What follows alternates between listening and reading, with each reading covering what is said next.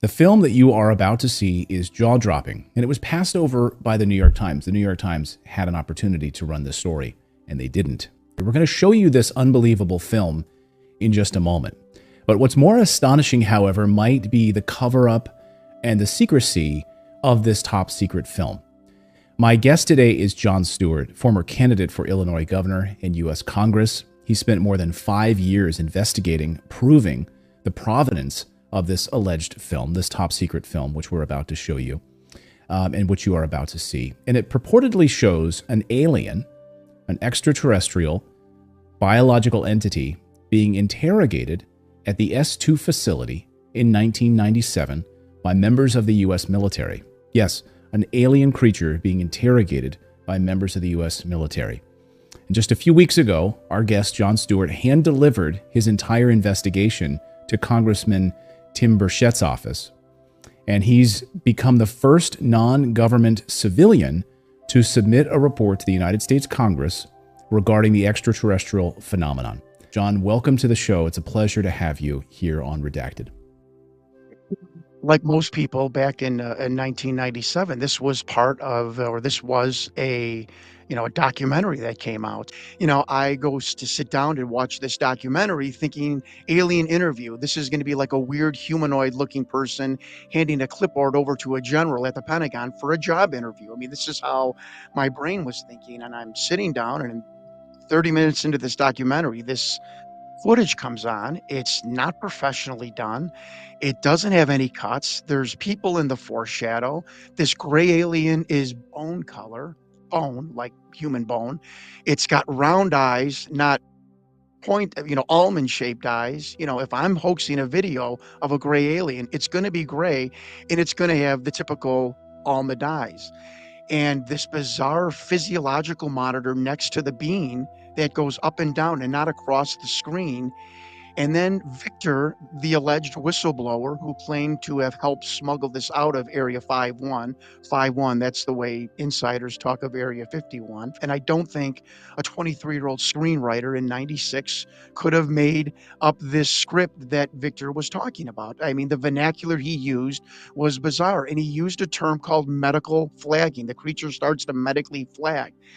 And I asked my old doctor, who was about 65 years old at the time in 97, on my annual checkup, I said, "What is medically flagging?" He looked at me, he goes, "Where did you hear that from? That's like a Army medical term we used in the 50s and 60s. I'm like, wait a minute, what is going on here? And then there was an acronym on the bottom, DNI, David November Igloo /27. And Victor tells us that was the Department of Naval Intelligence. So I run for Congress 2 years later with this film in the back of my mind going, what is going on here? And I don't want to say his name anymore because I'm getting admonished for doing so, but I was on a political bus tour, and I went up to a senator during a break, and who has passed away now. And I said, "Senator, what is the Department of Naval Intelligence?" And Clayton, you look in my eyes. This guy went from jovial, happy senator to this aggressive look. And he looked at me, he goes, "You don't need to know anything about that." And he stormed off, and he never talked to me the rest of the tour. Clayton, you're a journalist, you're an investigative reporter too. I'm thinking, wait a minute. I got a hoaxed video with medical terminology from 50s and 60s. I've got a gray alien that's tan and round eyes, medical staff that are in short sleeve scrubs and not in biohazard suits to really hype up the video. I've got a monitor that I have never seen in 35 years of my life back then. And I've got 3 letters on this hoaxed video that has just pissed off a United States senator. What in God's name is going on with this film? So here it is. This is, again, it's silence. There's no audio on this. What are we looking at here as we play this film? What are we seeing on our screen, Jon? Okay, contrary to Victor's voiceover, this is a film shot April of 1991, a thought projection interview of other gray, designated an other gray, an extraterrestrial biological entity. He is a haploid, which means he came with only one sexual chromosome. Human beings are diploids. For any microbiologists out there, if I'm hatcheting those words, I'm sorry. But this being had only one sexual chromosome. He came to the S2 alpha, the official designation of the underground facility, that housed the alien interrogation and retention program. That's the unofficial name of what this was.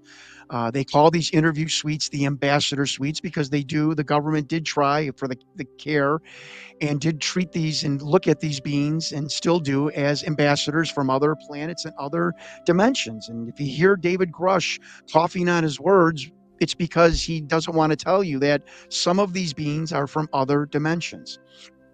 And so this being was very ill at the time. He had a respiratory issue. Now, Sean David Morton also heard. I can't verify this veracity, that it's some sort of debilitation or disease with its heart-lung sac. It does not have a traditional heart. It's got a heart-lung one sac, which was the need for the special monitor, which goes up and down, does not go across, to monitor this bizarre heart-lung one sac organ that the alien has. And behind the viewing glass were 5 men, 2 telepaths. There is a researcher out there, but that's how bizarre this film has gotten. And I'm not even going to tell you anything about the telepaths because I don't want it to get into the Da Vinci Code. But even Doty said that the telepathic program, the people they hired, was ridiculous. They were like one step above 1-800 psychics back in the 80s and 90s. But there was 2 men in particular that were very in touch with these beings, and they would sit down with these aliens and these beings and immediately get information and relate it back to whatever military person was in the room. As you can see on the tape, the being eventually starts to medically flag, if I can use the whistleblower Victor's terminology, and he is then attended to by the medical staff. And Victor tells us that the medical staff in S2 and S4, are more chosen for their ability to keep secrets than their medical knowledge. And again, I have been in contact. I have the names of the 2 doctors that are going to be on either side of this beam. On the bottom, you're going to see DNI/27. That is the Department of Naval Intelligence. According to Richard Doty, there's like a conga line of different agencies waiting to insert their questions to this being in the 2-hour-long interview. The interviews are conducted about once a month. What did you start to piece together from people who were in the room? And so when we say hoaxed video, I think you're saying that was what the assumption you had going into this, that this was hoax. That was sort of the media speculation about this. Now you've proven and taken it to the United States Congress, which, by the way, they're about to hold a hearing on this next week. And I think that this is, if I'm not mistaken, is going to be a big piece of this. And other whistleblowers are now confirmed to be coming forward to Congress next week. Civilian whistleblowers who are going to be testifying of the things that they've been a part of and seen. Like Linda Moulton Howell told me when she saw the list, you have gold here. Why? No one has ever heard of these people before. And like Linda said, and these people are on Google and are real. And I said, yeah, they are. And she said, son, you got gold here.